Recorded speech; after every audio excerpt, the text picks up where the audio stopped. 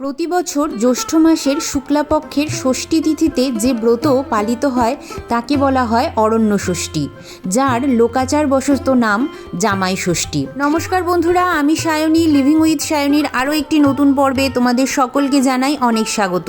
বন্ধুরা, সামনেই আসতে চলেছে অরণ্য ষষ্ঠী। এই ব্রতের মূল মাহাত্ম্য হলো সন্তানের মঙ্গল উদ্দেশ্যে মায়েরা এই ব্রত পালন করেন। সনাতন ধর্মে দেবী ষষ্ঠীকে শিশুদের রক্ষাকর্ত্রী এবং সন্তানদাত্রী দেবী বলে মনে করা হয়। এই দিন মায়েরা নিজের সন্তানের সুস্বাস্থ্য ও দীর্ঘায়ু কামনায় ষষ্ঠী দেবীর উপাসনা করে থাকেন। আবার এই অনুষ্ঠানকে লোকাচারবশত জামাই ষষ্ঠী বলা হয়। এই দিন মেয়ে জামাইকে শাশুড়িরা নিমন্ত্রণ করে নতুন বস্ত্র এবং গ্রীষ্মকালীন নানা ফল ও সুস্বাদু খাবার দিয়ে আপ্যায়ন করে। এটি মূলত নতুন প্রজন্মের দম্পতি ও দাম্পত্য জীবনের সুখ সমৃদ্ধি এবং দুটি পরিবারের মধ্যে সুসম্পর্ক বজায় রাখার প্রতীক হিসাবেও পালিত হয়। তাই শুধু সন্তানের মঙ্গল উদ্দেশ্যে নয়, অনেক মেয়েরা সন্তান কামনাতেও এই ব্রত পালন করে থাকেন। এই দিন হলুদ মাখানো সুতো সন্তান এবং জামাইয়ের হাতে বেঁধে তাদের মঙ্গল কামনা করার পাশাপাশি দেবীর আশীর্বাদ প্রার্থনাও করা হয়। তো চলো বন্ধুরা, দেখে নেওয়া যাক এই বছরের জামাই ষষ্ঠীর সময়সূচি এবং তার সঙ্গে অরণ্য ষষ্ঠীর পূজাবিধি আমরা বাড়িতে কিভাবে সহজ সরলভাবে করব তার বিধি এবং পদ্ধতি।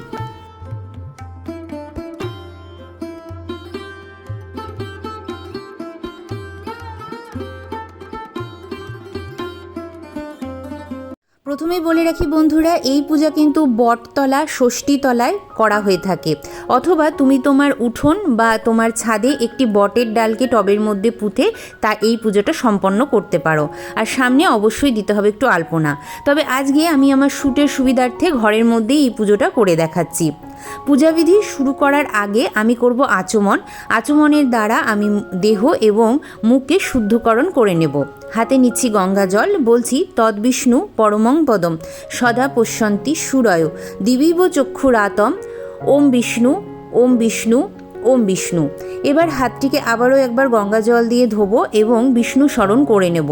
বলছি অপবিত্র পবিত্র বা সর্বাবস্থাং গত পিবা যৎসরেত পুণ্ডরীকাক্ষ সবাহ্য অভ্যন্তর সূচি নমসূচি নমসূচি নমসূচি। এই বছর অরণ্য ষষ্ঠী পড়েছে 20 জুন 2026, বাংলার 5ই আষাঢ় 1433 শনিবার। এই দিন অরণ্য ষষ্ঠী বা জামাই ষষ্ঠী। পূজাবিধি শুরু করার আগে একটি কথা বলে রাখা বিশেষভাবে প্রয়োজন বন্ধুরা।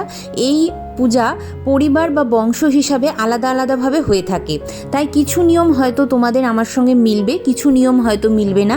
আমি আমার পরিবারের যেটা নিয়ম সেটাই আজকে তোমাদের সামনে তুলে ধরছি, আর এই নিয়মটি তোমাদের সামনে তুলে ধরাতে আমার মা আমাকে সাহায্য করেছে। এখানে দেখো, হাতে নিয়ে নিয়েছি একটু সিঁদুর। এই বটের ডালের 5টি অথবা 7টি পাতাতে তোমরা এরকমভাবে সিঁদুরের ফোঁটা দিয়ে নেবে। মায়ের সাত শৃঙ্গারের বস্তু হিসাবে এখানে আমি একটা আলতা সিঁদুর নিবেদন করলাম। এরপর আমরা একটি বাটি নিচ্ছি। দেখো, এখানে আমরা ষষ্ঠীর সুতোটা তৈরি করব। এখানে প্রথমেই দিতে হবে আমাদের হলুদ। এটা কিন্তু সাধারণ হলুদ গুঁড়ো, এর মধ্যে আমি একটু মিশিয়ে নেব সর্ষের তেল। এরপর তেল হলুদ দিয়ে একটি মিশ্রণ আমাদেরকে সুন্দর করে তৈরি করে নিতে হবে। তোমার পরিবারের যতজন সদস্য আছে তাদের নামে একটি করে এরকম সুতোর লাচি কাটবে, যেটা তুমি হাতে পরাবে পুজোর পরে। এই সুতোগুলোকে সব এই তেল হলুদের মধ্যে দিয়ে তোমাকে হলুদ বর্ণের করে নিতে হবে। এবার মায়ের যে থান আছে সেই মায়ের থানে যতক্ষণ অবধি পুজো চলবে এই সুতোগুলোকে সেখানেই রাখতে হবে। পূজাবিধি শুরু করার আগে আমি প্রথমেই অগ্নিদেবকে আবাহন করব আমার পূজার সাক্ষী থাকার জন্য। এখানে আমি একটি তেলের প্রদীপ প্রজ্বলিত করছি, তোমরা চাইলে এখানে ঘিয়ের প্রদীপও প্রজ্বলিত করতে পারো।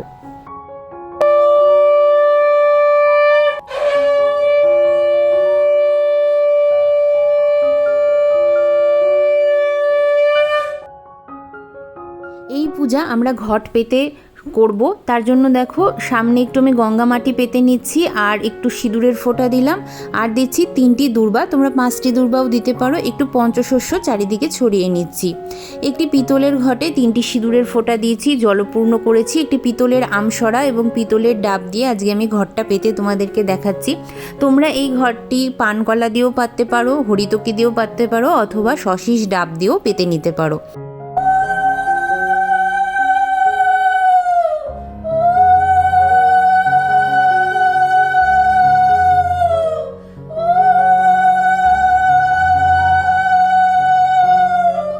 প্রসাদন হিসাবে একটি নতুন গামছা, চাঁদমালা, মায়ের শাখা নোয়া পলা সবই আমি ঘটে নিবেদন করলাম। আর গণপতি বাপ্পার নামে একটি উপবীত এখানে নিবেদন করছি। ঘটে যেহেতু দেবীর প্রাণ প্রতিষ্ঠিত থাকে, একটি মালা নিবেদন করলাম। আর ঘটের পাশে জলপূর্ণ করা একটি পানি শঙ্খ বা জল শঙ্খ ফুলের দ্বারা নির্মিত করে আমি পাশে রাখলাম। এবার আমাদেরকে ষাটের জল তৈরি করতে হবে। একটা পাত্রের মধ্যে এরকম অনেকটা পরিমাণ জল নেবে। এটা গঙ্গা জল না হলেও চলবে, শুদ্ধ পানের যোগ্য জল নেবে। এই জলের ওপর নেবে একটি তালপাতার পাখা। এই পাখাটার মধ্যে তুমি 3টি সিঁদুরের ফোঁটা দিয়ে নেবে এবং বট এবং অশ্বত্থের 6টি করে পাতা তোমাদেরকে নিতে হবে। এই পূজার একটি বিশেষ নিয়ম হচ্ছে, যেহেতু এটা মা ষষ্ঠীর পুজো, সব কিছুই কিন্তু আমাদের 6টি করে জোগাড় করতে হবে। তো বট পাতা 6টি আমি নিয়ে নিলাম এখানে, আর তাতে কিন্তু সিঁদুরের ফোঁটা তোমাকে পরাতে হবে।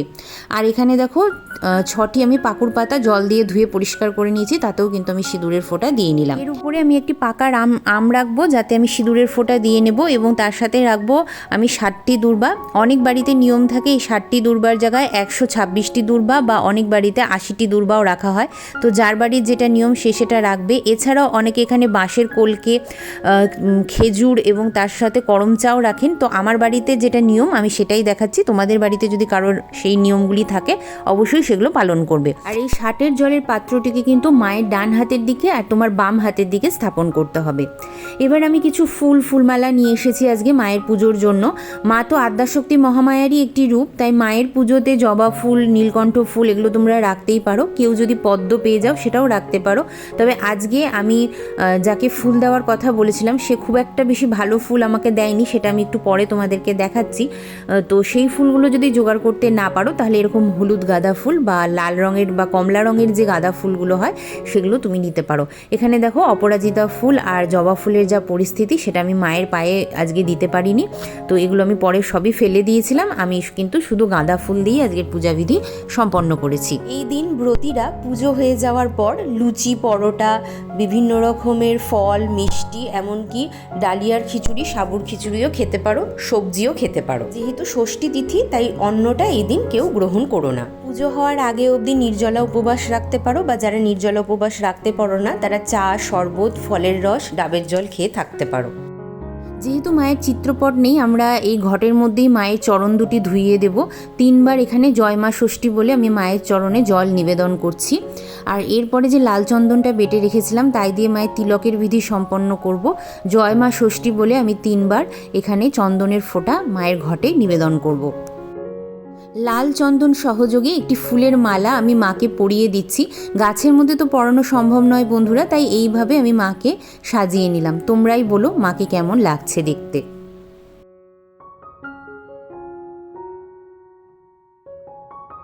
প্রথমেই আমি বললাম যেহেতু ষষ্ঠী পুজো তাই মায়ের পুজোতে সব কিছুই 6টি করে লাগে।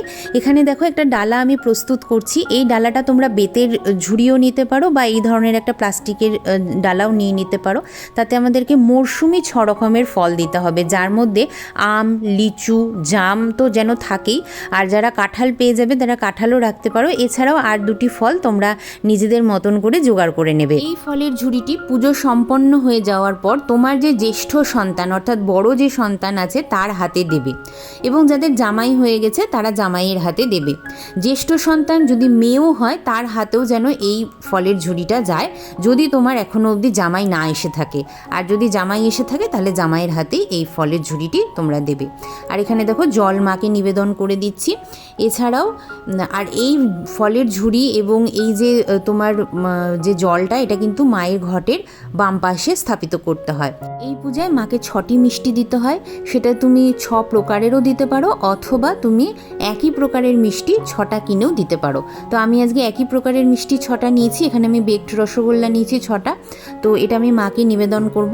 আরেকটা কথা বলি বন্ধুরা, যে সমস্ত বন্ধুরা 6 প্রকারের এত কিছু আয়োজন করতে পারছো না তারা 6 টাকার সব জিনিস কিনবে। সেটা তুমি 6 টাকার ফুল, ফল, মিষ্টি সবই নিতে পারো, সেটা একটা হলেও চলবে। এমনকি 6 টাকার গুড় বাতাসা দিয়েও কিন্তু এই পুজো হয়।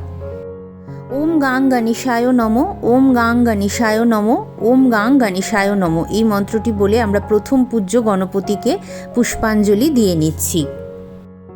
ওম শ্রী শ্রী পঞ্চদেব দেবীভ্যো নমঃ, এই মন্ত্রটি বলে আমরা পঞ্চদেব দেবীর নামেও পুষ্পাঞ্জলি দিয়ে দিচ্ছি।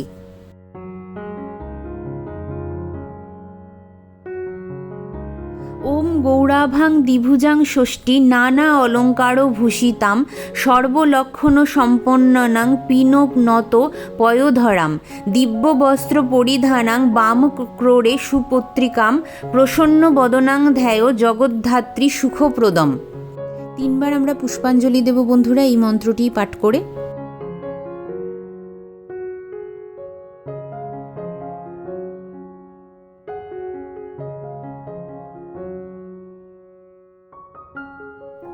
জয় দেবী জগন্মাতো জগদানন্দকারিণী প্রসিদ মম কল্যাণী নমস্তে ষষ্ঠী দেবী। মা ষষ্ঠীর সমস্ত ভোগ তোমরা ফুল অথবা বিল্লপত্রের দ্বারা নিবেদন করতে পারো। এরপর আমরা মাকে ষাটের জল দেব। এই ষাটের জল দেওয়ারও একটি নিয়ম আছে। প্রথমে মাকে 6 বার এই ষাটের জল দিতে হয়, তারপরে নিজের মাথাতে 6 বার এই ষাটের জল নিজে নিতে হয় এবং তারপর মা ষষ্ঠীর বাহন অর্থাৎ বিড়াল যদি বাড়িতে থাকে তাকেও এই ষাটের জল 6 বার দিতে হয় এবং তারপরে তোমার যদি কোনো ভাগনা ভাগ্নি থাকে তাকে 6 বার ষাটের জল দেওয়ার পরে নিজের সন্তানকে তারপর ষাটের জল 6 বার করে দিতে হয়। তো এইভাবে ষাটের জল কিন্তু দেওয়া হয়।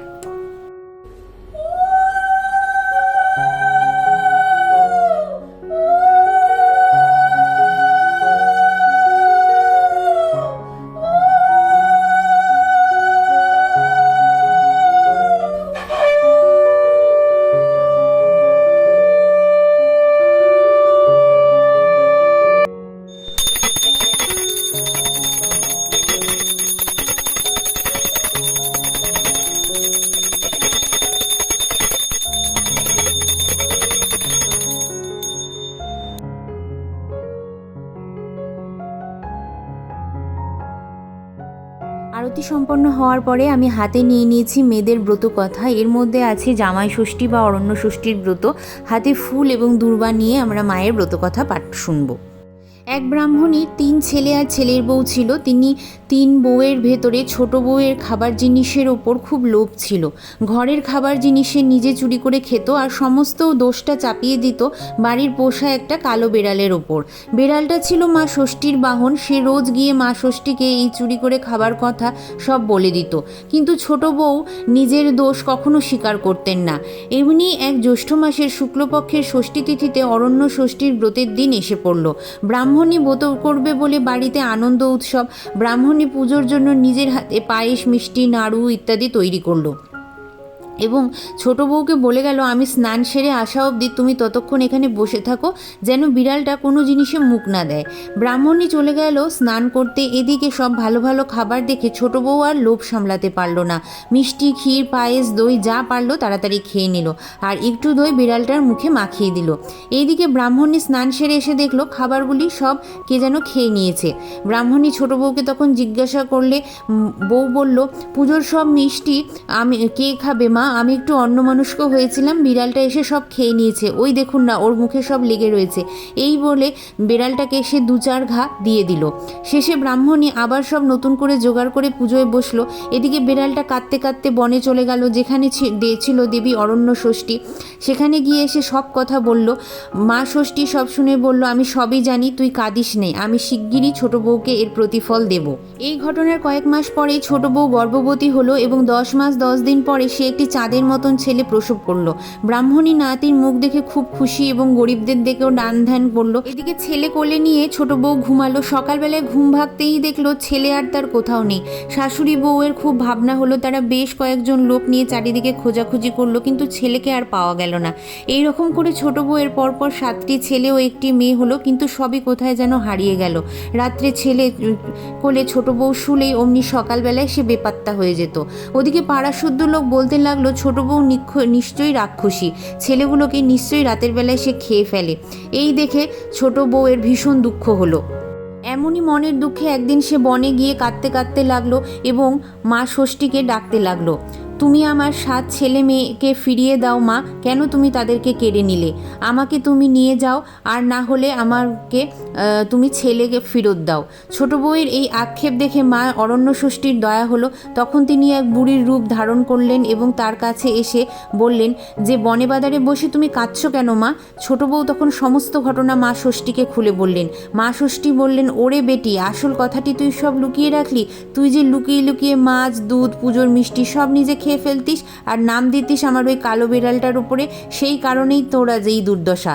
ছোট বউ বুড়ির পায়ে ধরে আছড়ে পড়ে কাঁদতে লাগলো, তুমি কে মা, আমাকে সব বলো, আমার উপরে দয়া করো মা, তুমি না বললে আমি তোমার পা ছাড়বো না। মা ষষ্ঠী তখন ছোট বউয়ের কাতরতা দেখে বলল, বাছা মা, আমি ষষ্ঠী, পৃথিবীর লোক যা করে আমি সবই জানতে পারি। ছোট বউ তখন আবার কাঁদতে কাঁদতে বলল, মা আমার অন্যায় হয়েছে, আমার পাপের শেষ নেই, আজ যখন দয়া করে আমাকে দেখা দিয়েছো তখন তুমি আমাকে রক্ষা করো মা, তুমি যা বলবে আমি তাই করব। মা ষষ্ঠী তখন বলল, দেখ পথের ধারে ওইখানে মরা একটা বিড়াল পচে পড়ে রয়েছে, তুই এক হাঁড়ি দই ওর উপরে ঢেলে দে আর বিড়ালটার গা চেটে সে জিভ দিয়ে সেই দই তুই খা, তবেই তোর ছেলে মেয়েকে ফিরে পাবি।